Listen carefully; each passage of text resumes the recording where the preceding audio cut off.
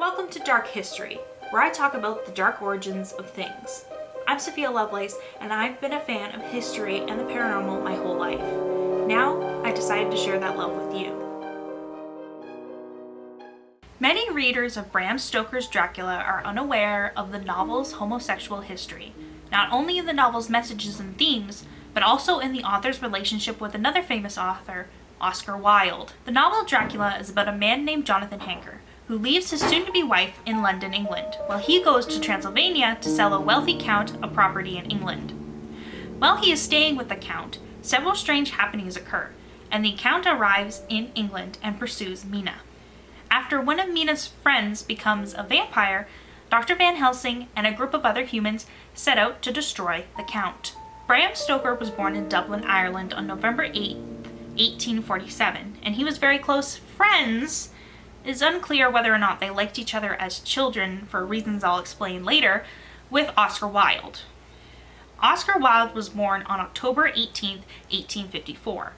Wilde's mother liked to host parties, and this is most likely how the two met. Wilde was very fond of Stoker, and this mostly caused competition between the two, which led to Stoker outperforming Wilde in academics. Wilde would go on to writing several famous books and plays, including A Picture of Dorian Gray and The Importance of Being Earnest. Stoker became a business manager at a theater and wrote several novels, but none of which would be as successful as Dracula. As they both grew older, they pursued the same woman, Florence Belcombe, and Stoker ended up marrying her, and this caused feuding between the two men. But some believed that they were both gay and in love with each other.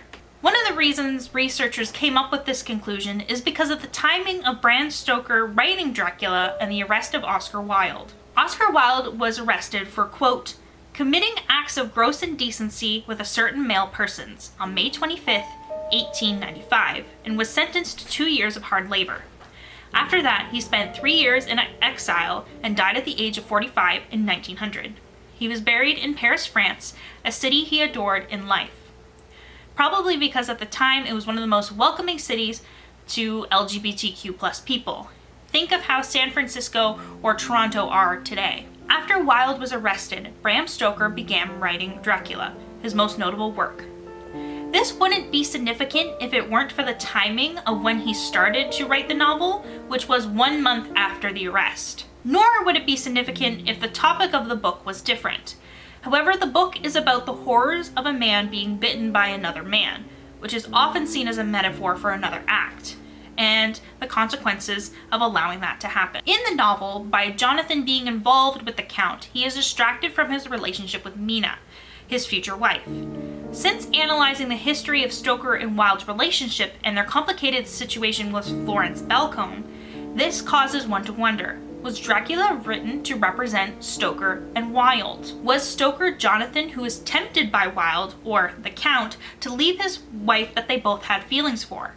Did Stoker see Wilde as attempting to steal his wife, Belcombe, or in the novel's case, Mina, before they were married? One could argue Stoker was a man who represented the perfect gentleman. He excelled in academics and settled down with a wife. On the other side, Wilde was known for being outlandish, loving fashion and parties, and it was pretty much an open secret that he was attracted to men. Did Stoker see himself as Jonathan, a respectable man who happens to fall victim to a stranger who lived very different from the rest of society? But was Dracula a work of deflection and an attempt to appear heterosexual to stay out of jail? Author Tila Schaffer believes so. Quote, Dracula explores Stoker's fear and anxiety as a closeted homosexual man during Oscar Wilde's trial. Dracula and vampirism are direct threats to the morals of 19th century Christian British society, much like how homosexuality was seen. But does this mean Dracula was a metaphor for homosexuality?